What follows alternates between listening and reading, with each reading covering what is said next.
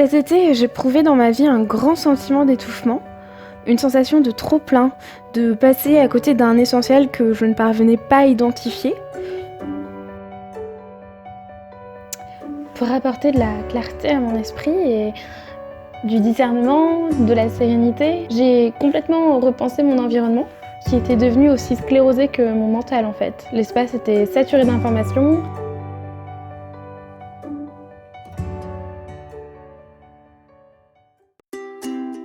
J'ai donc relevé mes manches et j'ai pris toute une matinée pour ranger notre appartement, notamment la chambre, mais aussi l'espace de salon. Et ça m'a fait un bien fou de ranger profondément, de trier les vêtements, de savoir ce que je voulais garder, ce que je ne voulais pas garder. Et c'était une façon très physique et bien de prendre soin de mon esprit qui était trop encombré.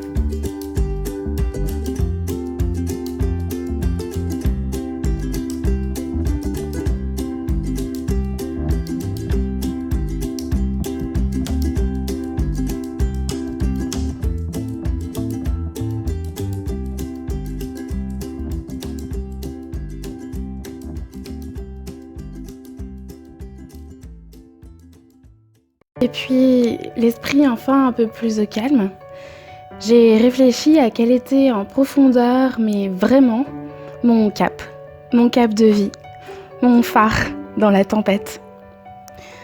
Autrement dit, j'ai essayé de répondre à cette question si intimidante et en même temps si essentielle.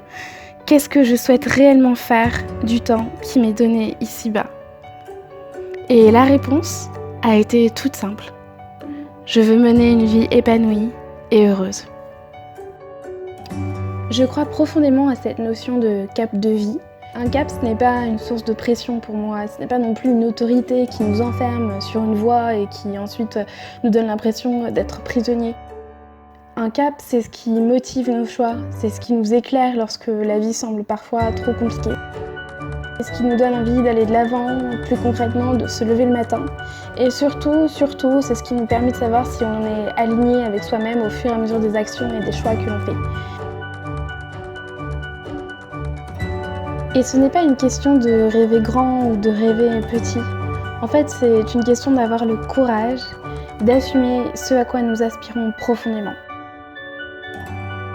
Et ce qui est génial, c'est que les réponses, ou la réponse, n'est pas à l'extérieur de nous. Nous n'avons pas à attendre que quelqu'un nous dise quel est notre cap. Toutes les réponses sont en nous. Il ne faut pas en avoir peur. Il faut prendre le temps de se regarder en face, de s'asseoir avec soi-même et de réfléchir à quel est ce fameux cap. Il s'agit de revenir à ce qui compte vraiment pour soi. Pour ma part, ça a été un processus assez long. J'ai vraiment mis plusieurs semaines à accoucher de ma réponse. Je me suis donc assise et j'ai écrit ce qui m'apportait de l'épanouissement depuis longtemps ou depuis récemment. J'ai fait une liste, une sorte de brainstorming tout simple de ce qui contribuait à mon épanouissement et à mon bonheur chaque jour. Surtout, dans cette liste, ne nous jugeons pas pour être qui nous sommes, ce que nous aimons, ce qui fait sens. Pour moi, ça a donné en fait une myriade à la fois de petites choses, de choses simples et de choses plus grandes. Ce qui me rend heureuse et ce qui contribue à mon épanouissement chaque jour, c'est par exemple être au contact de la nature, prendre soin des autres, la musique, la lecture, faire vivre ma créativité grâce à la peinture et l'écriture, voyager, aller à la rencontre d'autres cultures, d'autres croyances.